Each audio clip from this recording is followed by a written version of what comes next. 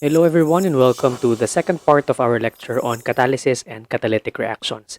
On the first part of this lecture, we were concerned on the reaction side or the kinetics side of catalytic reactions. On this second half of the lecture, we will be discussing the contribution of mass transfer effects to the rate of catalytic reactions. Let's begin. We generally divide the effect of mass transfer in catalytic reactions into two, that is external diffusion and internal diffusion. For external diffusion, this governs the diffusion of species A from the bulk of the reaction mixture into the surface of the catalyst pellet. While for the internal diffusion, this is where the species A diffuses from the surface of the catalyst to its inner pores. External diffusion is commonly governed by both convection and diffusion, while internal diffusion is most solely diffusion and sometimes even Canudsen diffusion. We will be discussing these two parts separately. Let's start with external diffusion. Before we proceed, let us review some of the fundamentals of diffusion mass transfer. Let us consider our sample reaction to be A yields B. Recall that for a binary system, the molar flux of species A is written as the following. This is the statement of Fick's first law of diffusion. That is, the molar flux of A along the z direction is equal to negative diffusivity of A in B multiplied by the gradient dCA over dZ. dCA over dZ is our concentration gradient, plus x sub A multiplied by the sum of NAZ plus NBZ. NAZ is the molar flux of A, while NBZ is the molar flux of B. Coming from this general statement of Fick's first law, we can derive the flux equations and concentration profiles for two types of limiting cases of diffusion mass transfer, that is ECD or equimolar counter diffusion and UMD or unimolar diffusion. Also given here is the continuity equation for diffusion, that is the change in concentration of A with respect to time plus the change in molar flux of A with respect to Z or the direction of mass transfer is equal to R sub A or the net rate of formation or consumption of A. Let us derive our governing equation for equimolar counter diffusion. As we recall, equimolar counter diffusion happens when the molar flux of A is equal to the molar flux of B, but they are on opposite directions, such that the molar flux of A is equal to the negative molar flux of B. That is because, for instance, A, or our reactant, is diffusing from left to right because of a concentration gradient, while B, or our product, is diffusing from right to left because of the said concentration gradient. Under this simplification, we can derive the concentration profile of our reactant A. So since the molar flux of A is equal to the negative of the molar flux of B, our second term here cancels, and we will be left with NAZ is equal to negative DAB multiplied by dCA over dZ, which is our concentration gradient. Separating the variables, we have NAZ dZ is equal to negative DAB multiplied by dCA. By the way, for this instance, we are simplifying our solution by assuming that our catalyst is a flat plate. Our diffusion equation will vary if our coordinate system is rectangular, spherical, or cylindrical. So first, let us use the rectangular coordinate system. We can now integrate this expression to be NAZ times Z is equal to negative DAB times CA plus C1 or our integration constant. Rearranging this equation to be explicit in CA, this becomes CA is equal to C1 minus NAZ times Z divided by the diffusivity DAB. We need the value of C1 for this to become a specific solution, so we need to substitute a boundary condition. The only boundary condition we need in this case is that at the surface of the catalyst, that is at Z is equal to 0, we say that the concentration of A is equal to the surface concentration of ACAS.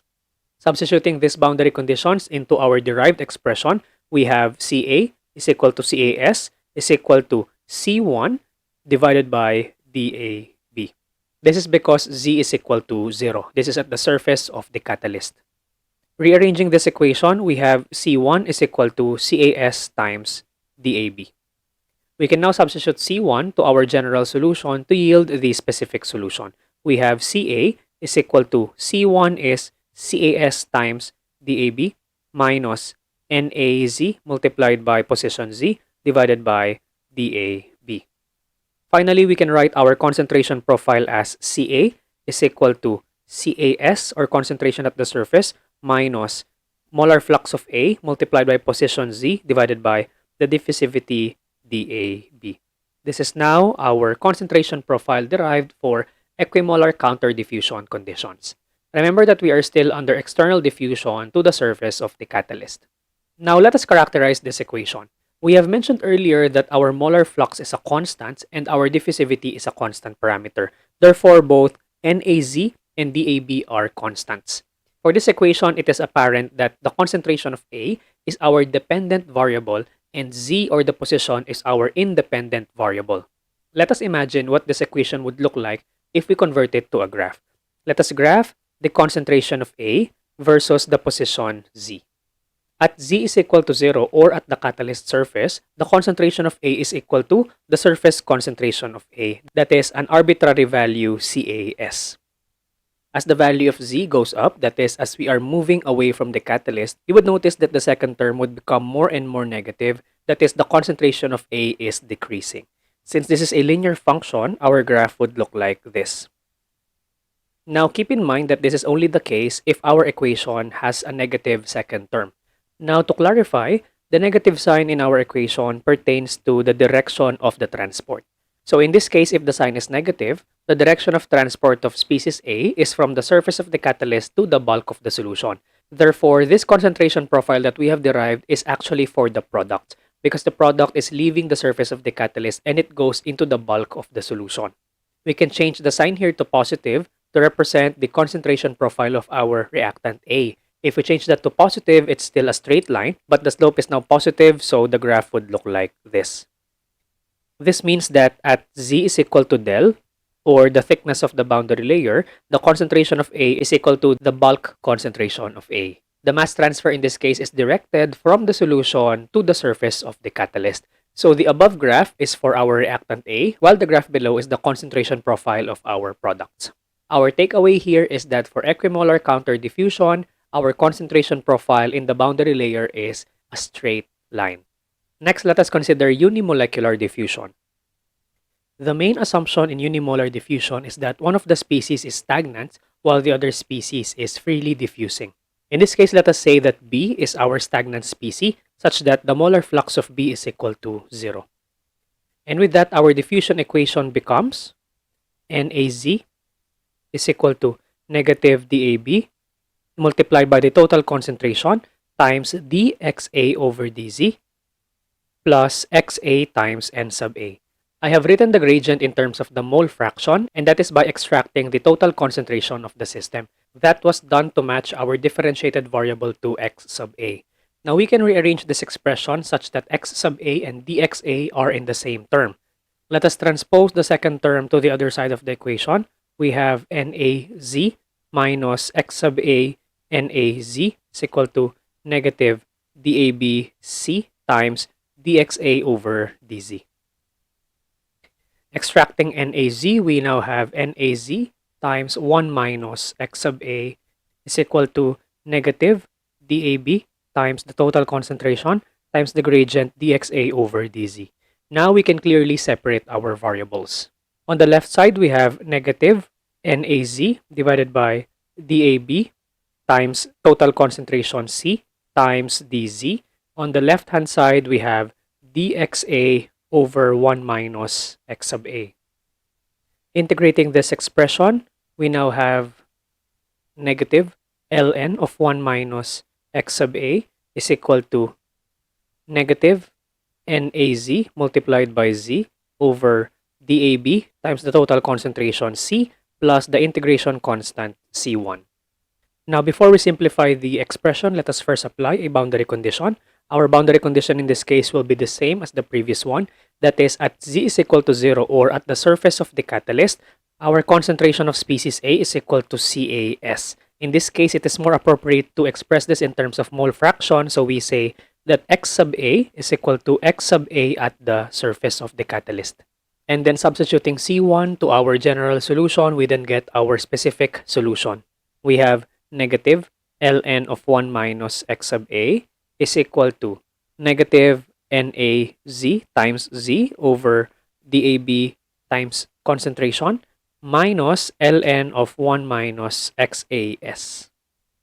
Using both sides of the equation as the exponent for the irrational number e, we will have 1 minus x sub a is equal to the exponential of NAZ multiplied by z divided by DAB multiplied by concentration C divided by 1 minus XAS.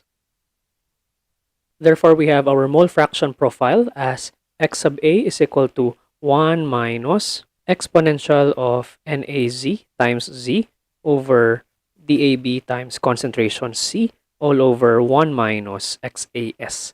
This is our concentration profile for A if we consider unimolar diffusion. As you can see, this is not a linear equation. This is an exponential function.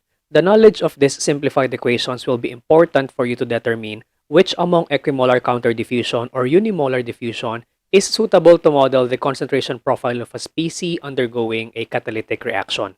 If you go back to our presentation, we have here two concentration profiles for the mole fraction of A as a function of position. Which do you think is equimolar counter diffusion and which do you think is unimolecular diffusion? Based on our calculations, equimolar counter diffusion generates a linear plot of the concentration versus position, while unimolar diffusion generates a non-linear graph, that is an exponential graph, between concentration of A and its position. So if you're given a problem and you're given the concentration profile of the species, you would then know if that follows equimolar counter diffusion or unimolar diffusion. Okay? That covers the diffusion part. Remember that the diffusion part is only a small portion of the mass transfer and that only happens at the boundary layer. The boundary layer, to review, is a thin layer of the fluid that exists at the immediate vicinity of the solid surface. In this case, our solid surface is the catalyst pellet. So we have a thin boundary layer at the immediate vicinity of the pellet wherein diffusion is happening, whereas beyond that boundary layer, convection is happening.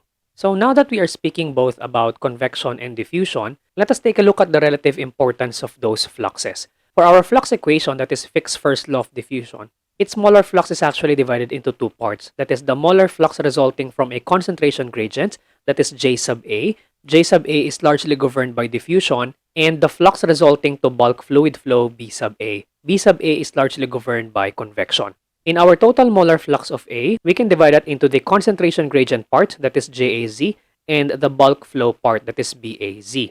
These two numbers or quantities have relative importances depending on the flow.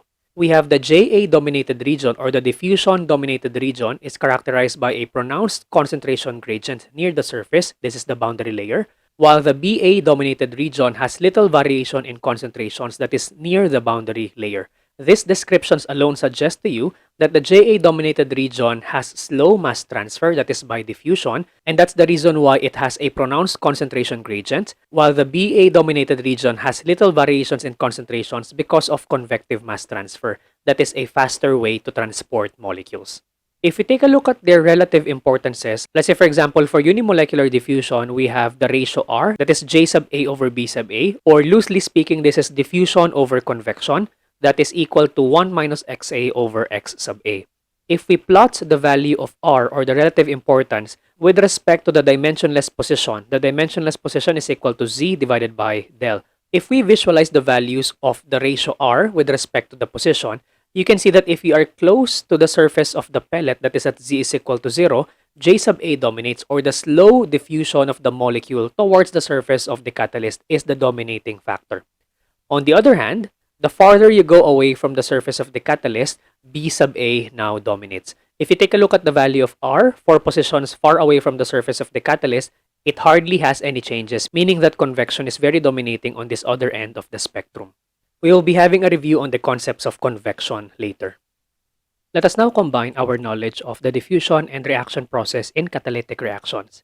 The molar flux of species A in the catalyst surface will also be the rate of the reaction. Why is that?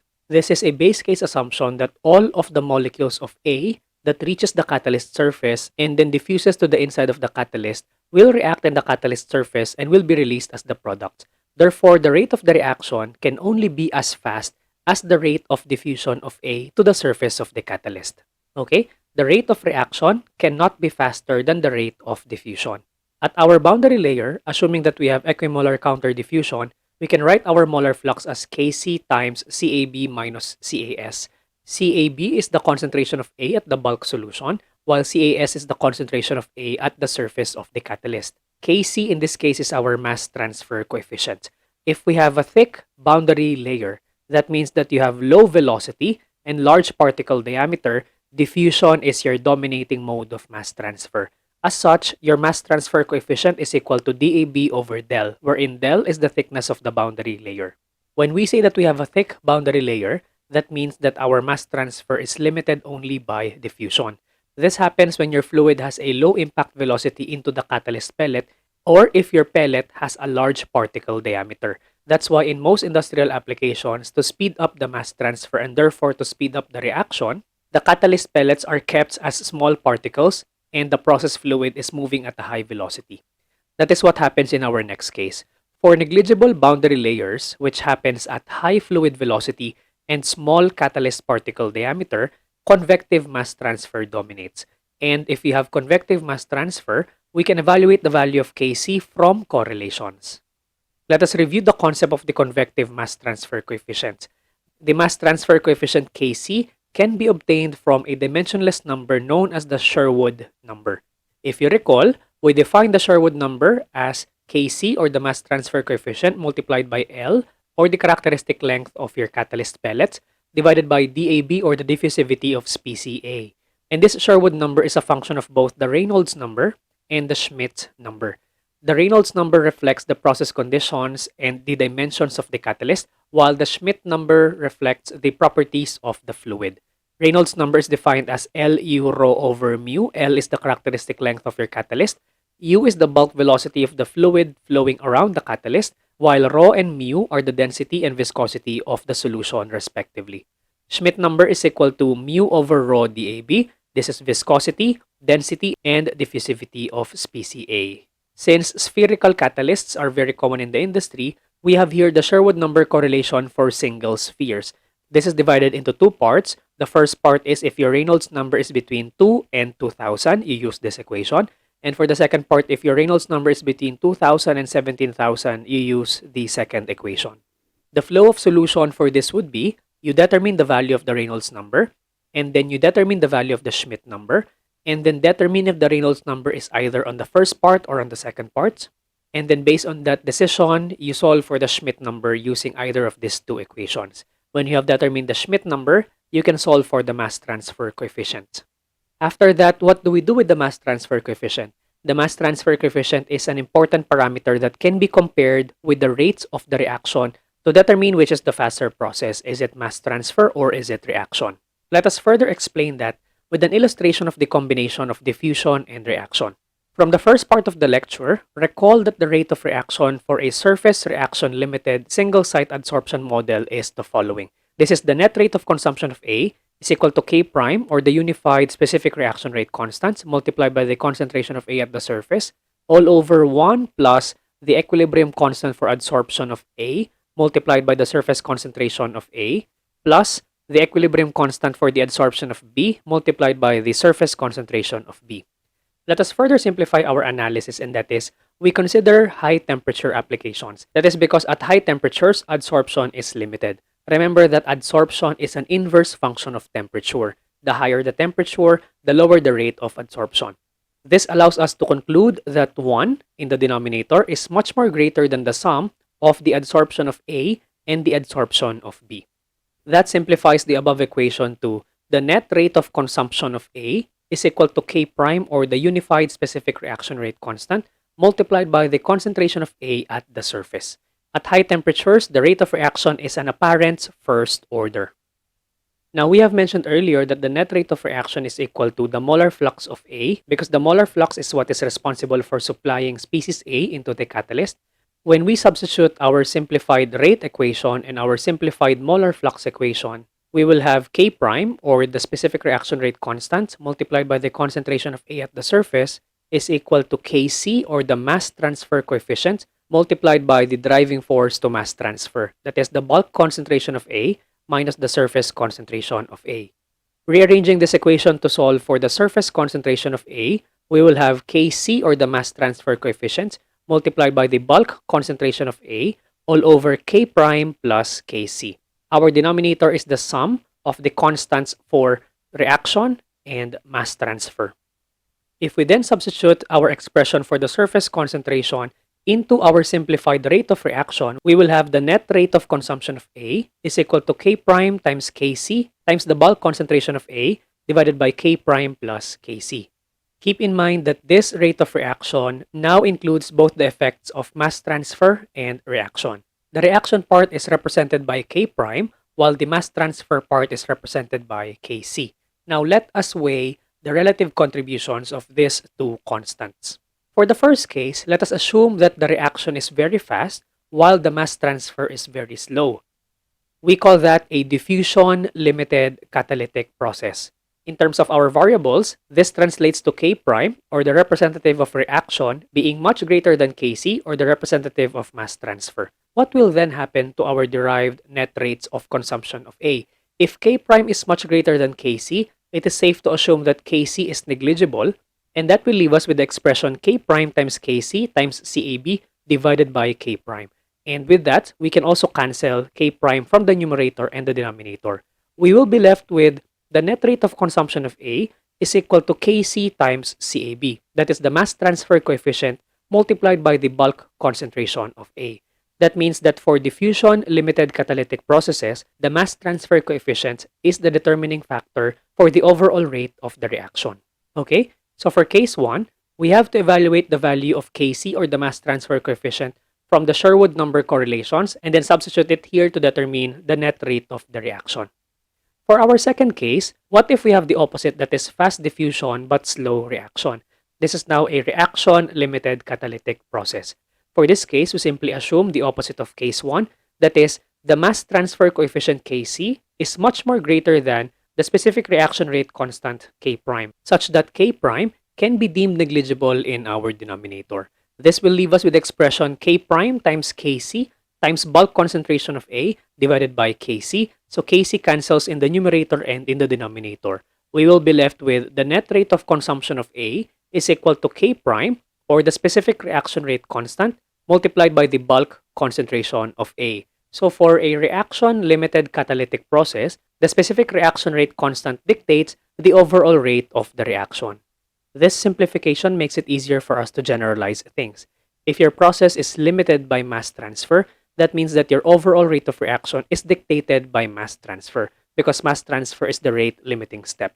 If your process is limited by the reaction, then your overall rate of reaction will be dictated by the specific reaction rate constant, which should make sense because that is the rate limiting process. Okay, so the next thing that we should ask is, what if we have a slow reaction even though we are already using a catalyst? That means that the catalyst is not really suited to that reaction. It's either we look for a new catalyst, or we will make do with the current catalyst, especially if new catalysts are very expensive and are not economically beneficial in the production. However, if we have a case 1 problem, that is, we have slow mass transfer but fast reaction, we can remedy that by making changes to our catalyst. Remember that our mass transfer limitations can be solved simply by adjusting either velocity or particle size. Velocity pertains to the flow of the fluid, that is the reaction mixture, while particle size pertains to the size of the catalyst pellets. The case of slow diffusion is very much dependent on velocity and particle size, such that if you can change the values of the velocity and particle size, you can greatly improve the rate of reaction. For that, let's take a look at the Sherwood number. The Sherwood number is a function of both the Reynolds number and Schmidt number. Velocity can be found in the Reynolds number, while the particle size can be found both in the Sherwood number and the Schmidt number. To simplify our analysis, I have written here the relationship of the mass transfer coefficient Kc with respect to both velocity and pellet diameter. The mass transfer coefficient is directly proportional to the square root of the velocity, but it is inversely proportional to the square root of the diameter. For a case 1 problem, that is mass transfer is slow compared to the reaction, the rate of reaction is dependent on the mass transfer coefficient. If we take a look at our first graph here, the rate of the reaction increases as you increase the fluid velocity. That's because as you increase the fluid velocity, you increase the Reynolds number, and by doing so, you increase the turbulence of the system, and you also increase the Sherwood number, which in turn increases the mass transfer coefficient, which increases the rate of the reaction. However, based on the shape of this plot, the increase in rate of reaction with regard to the increase in fluid velocity is only beneficial for the low fluid velocity range. That is because as your fluid velocity continuously increases, the incremental increase in the rate of reaction is only very small. It comes to a point wherein even if you further increase the fluid velocity, the increase in the rate of reaction will be small and it might not be worth it. It is oftentimes costly to keep a very high fluid velocity for some process conditions. Let's take a look at the behavior of the reaction rate with regards to the catalyst diameter. As you can see, as we increase the catalyst diameter, the rate of reaction drops considerably. That means that we cannot have large catalysts because that would severely limit the mass transfer side of the catalytic process. For the rate of the reaction to stay high, we need very small catalyst diameters. For small catalyst diameters, you are exposing more surface area of the catalyst and therefore you are speeding up the mass transfer process. However, again, there are design considerations to follow whenever you are choosing the fluid velocity and catalyst diameter of a catalytic reaction process. You cannot have a high fluid velocity and very small catalyst diameter because that means that it's possible for you to lose some of your catalyst to the flow of the reaction mixture.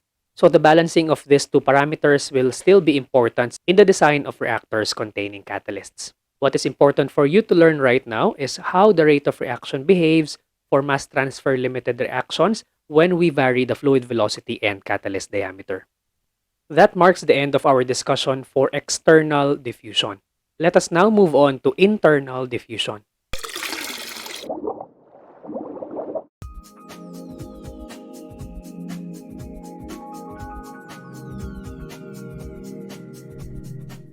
The internal diffusion process can sometimes be complicated because the diffusion of the molecule inside pores is very different from its diffusivity in the bulk solution. And that's because in the bulk solution, diffusion is hindered by collisions of the molecules themselves. In contrast, if you are diffusing inside pores, the diffusion is hindered by the walls of the pore as well. We call that Knudsen diffusion. That is when the molecule diffusing inside of the pore has a higher probability of hitting the wall compared to hitting another molecule. Therefore, we have to define an effective diffusivity that we will use to replace our free diffusivity DAB. That is, the effective diffusivity is equal to DAB or the free diffusivity multiplied by the constriction factor divided by the tortuosity. The tortuosity is a factor that we define as the actual distance traveled between 2 points divided by the shortest distance between 2 points. This is also the same as saying that the numerator is equal to the total distance traveled between 2 points divided by the straight line distance between 2 points because often the straight line distance is the shortest distance between 2 points. That is our definition of tortuosity. The pellet porosity is equal to the volume of void space divided by the total volume of the catalyst pellets, and the constriction factor is a function of the ratio of the largest cross-sectional area to the smallest cross-sectional area in a given path. These three parameters are very important values that will dictate how fast or how slow internal diffusion will be. So just like what we did earlier, wherein we correlated reaction with external diffusion, we will have here a general equation that will describe both internal diffusion and reaction. We will start with the continuity equation of mass transfer, which can be used to develop the differential equation relating internal diffusion and reaction.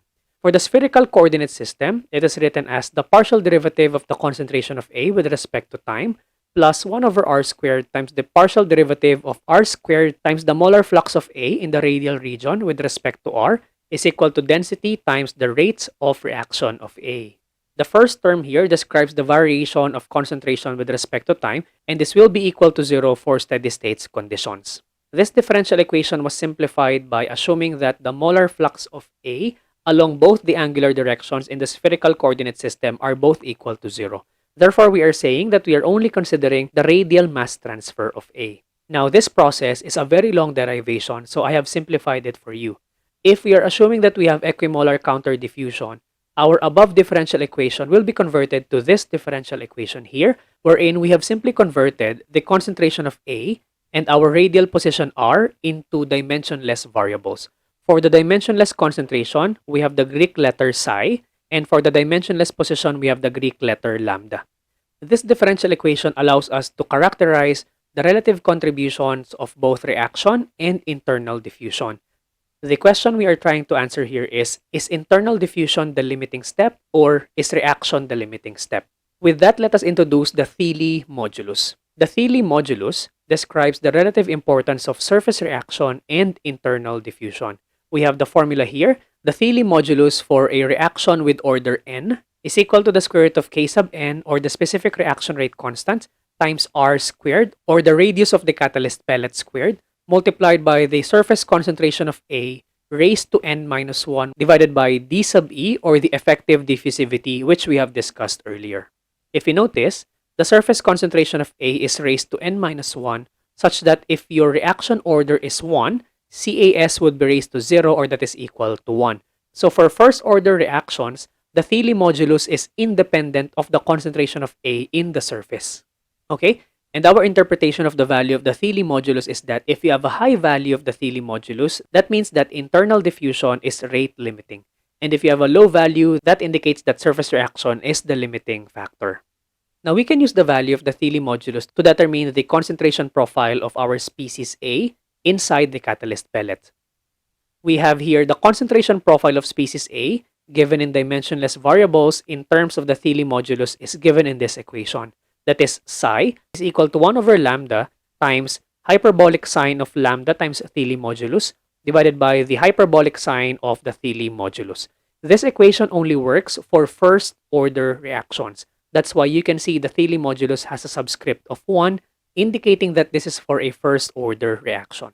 If we substitute the definitions of psi and lambda, we will have our equation in terms of concentration and radial position. That is, the concentration of A at any point inside the catalyst is equal to the surface concentration of A multiplied by the radius of the catalyst divided by the position inside the catalyst multiplied by the hyperbolic sine of the position times the Thiele modulus divided by the radius of the catalyst all over the hyperbolic sine of the Thiele modulus.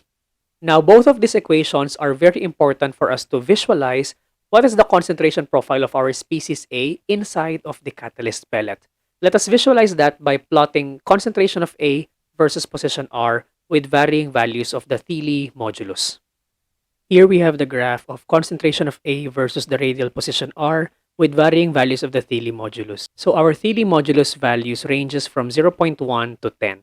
If you take a look at the concentration profile for a Thiele modulus of 0.1, the concentration of A only varies between 0.98 and 1 on the entire stretch of the radial position R. That means that the rate of reaction is so slow that it's being overwhelmed by internal mass transfer. Remember that at low values of the Thiele modulus, the process becomes reaction limited, and it really shows on this graph. If we compare that with the high value of the Thiele modulus, for example, if the Thiele modulus is equal to 10, this is for a first order reaction, you can see that at the center of the catalyst, that is at R is equal to 0, the concentration of A is already equal to 0. That means that the rate of reaction is very fast, and our species A is no longer reaching the inside of the catalyst before being reacted to produce our products. At high values of the Thiele modulus, the process becomes diffusion limited. So our rate of reaction can only be as fast as the rate of the internal diffusion. You can also take a look at the behavior of the concentration profile for different values of the Thiele modulus in between 0.1 and 10. Okay, you can imagine that if the Thiele modulus is less than 0.1, we might have a flat concentration profile, meaning that the concentration of A is constant across any radial position R. That happens when the reaction rate is very, very, very slow compared to the rate of internal diffusion. Or if you have a Thiele modulus greater than 10, we can see an almost vertical concentration profile here wherein our species A is being consumed near the external surface of the catalyst. For those conditions, the rate of surface reaction is very, very fast, and we might want to increase our rate of internal diffusion. Okay? That is the importance of knowing the value of the Thiele modulus. It lets us determine the concentration profile of a species inside the catalyst pellet. Now, together with the Thiele modulus, we can combine that with the internal effectiveness factor eta. The Thiele modulus is best interpreted together with a relative parameter called the internal effectiveness factor. That is defined as the ratio of the actual overall reaction rate over the resulting reaction rate if the entire interior surface area of the catalyst is exposed to surface conditions, meaning that the total internal surface area of the catalyst will be considered as the total external surface area. The value of the internal effectiveness factor ranges from 0 to 1, 1 being the best case scenario and 0 being the worst case scenario. If you have an internal effectiveness factor of 1, that means that all of the internal surface area of the catalyst is being utilized to drive the catalytic reaction. Whereas if your internal effectiveness factor is equal to 0, that means that your catalyst is not doing its job. It's either the catalyst is completely poisoned or it was never compatible with the chosen reaction. The internal effectiveness factor can be correlated with a Thiele modulus. This equation applies for a first-order reaction for spherical catalysts. That is, eta is equal to 3 over Thiele modulus squared times Thiele modulus times the hyperbolic cotangent of the Thiele modulus minus 1. The utility of this internal effectiveness factor is we can determine what is the suitable size of the catalyst pellets for a specified percentage of our maximum reaction rates. Let us illustrate that with an example.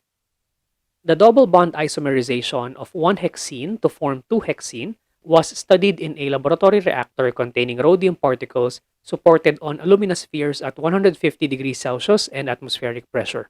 The reaction rate was found to be first order in 1-hexene with a rate constant of 0.14 per second. Find the largest pellet size that can be used in an industrial reactor to achieve 70% of the maximum possible rate. The pore radius of alumina is 10 nanometers and the effective diffusivity is 0.0019 square centimeter per second. These are our given for the problem. So we were given the specific reaction rate constant, that's 0.14 per second. We were given the value of the internal effectiveness factor because it was stated that we want to achieve 70% of the maximum reaction rates. That is basically the statements of the internal effectiveness factor. So that is 70% or 0.7. We were given a pore radius of 10 nanometers, although that will not be used in this problem. Remember that the variable capital R in our equations represent the radius of the catalyst pellets, not the radius of the pore. Okay? And we were also given the value of the effective diffusivity, that is 0.0019 square centimeter per second.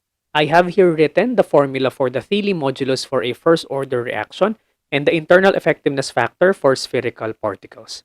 We are required to solve for the value of R, or the radius of the catalyst that would give us 70% of the maximum possible reaction rate. Our approach to this problem would be substitute the definition of the Thiele modulus to the internal effectiveness factor because the Thiele modulus contains our required variable capital R. And then from the new equation, we can solve for the value of R. Let's substitute. So we have the internal effectiveness factor is equal to 3 divided by K R squared multiplied by effective diffusivity on the numerator multiplied by square root of K R squared over effective diffusivity multiplied by the hyperbolic cotangents of the square root of K R squared over effective diffusivity minus 1. Now, this is somewhat of a complicated equation in which it would be very difficult for us to isolate capital R on one side of the equation and then the rest of the equation on the other side of the equation. So what we will do here is we will apply the method of successive substitutions, or MOS, in which we will iterate to determine the value of R. Now, we can only perform the method of successive substitution if the left-hand side of our equation is only R and the right-hand side of the equation is a function of R. So we can rearrange our equation to look something like this. We have capital R is equal to 3 effective diffusivity divided by KR times the internal effectiveness factor. Now you can see what I did there. I simply took one of the R from the denominator and cross-multiplied that with eta so that we can isolate R on one side of the equation. Continuing, we have the square root of KR squared over DE multiplied by the hyperbolic cotangent of the square root of KR squared over the effective diffusivity minus 1. Our approach to this method of successive substitution is to have two columns for the values of R. We have the assumed R and we have the calculated R. For this iteration, we have to specify the first value of R. So let's first assume an initial value of R as 1 centimeter. Upon that assumption, you can now substitute this value of R on the right-hand side of the equation. When you substitute R is equal to 1 to the right-hand side of the equation, you would get a value for the left-hand side of the equation, and that is our value for the calculated R. This solution will be better suited if we perform it in an Excel spreadsheet because it will be very difficult for you to manually calculate using a calculator. Let's go to an Excel spreadsheet. Let us first input our given values. We have the specific reaction rate constant, 0.14 per second. We have the internal effectiveness factor eta 0.7. We also have the effective diffusivity dE as 0.0019 square centimeter per second. After which we can now have our two columns. We have our R assumed and our R calculated. For our first assumption of R, we have 1 centimeter. And for R calculated, we simply have to input our function for the right-hand side of the equation. That is 3 times the effective diffusivity. Remember to press F4 because we will be dragging this down later. Divided by K, divided by radius assumed, that is R. Now, you don't have to press F4 if you're selecting R assumed because you want the value to follow our drag down later. And then this is divided by the internal effectiveness factor eta. That is multiplied to a quantity, and that is the Thiele modulus. So that is the square root of K times R squared divided by the diffusivity, effective diffusivity. And then the Thiele modulus is multiplied to the hyperbolic cotangent of the Thiele modulus. So we can just copy this term. And then for the final term, it's minus 1. That is our entire equation. Okay, this is your first round of iteration. Now, for your second assumption, you want to equate this with your first calculated value from the first iteration. So with your second assumption, you then recalculate your R, and then you simply continue this until the assumed value and the calculated value of R are similar. In here, we see that our iterations have converged, and the value of R is 0.32 centimeters. That is the radius of the pellet that will give us a 70% internal effectiveness factor for the given reaction and for the given process conditions. In terms of diameter, we simply multiply this by 2, and diameter of our pellet is 0.65 centimeters. This is now our answer. Okay, that is how you solve problems involving the Thiele modulus and the internal effectiveness factor. For our discussion involving the combination of mass transfer and reaction, that is both for external diffusion and internal diffusion, the important thing to note and remember is how do you interpret the values of certain parameters, such as, for example, the Thiele modulus and the internal effectiveness factor as a function of the other process variables. Hence, it is important for you to not forget the relationships between the rate of external diffusion, the rate of internal diffusion, and the rate of internal reaction. Your knowledge acquired on the second part of the lecture can now be integrated with our knowledge of the kinetics of catalytic reactions for us to fully understand the basic mechanisms behind heterogeneous catalytic reactions. That's it for this video. Thank you for listening, and as always, keep safe.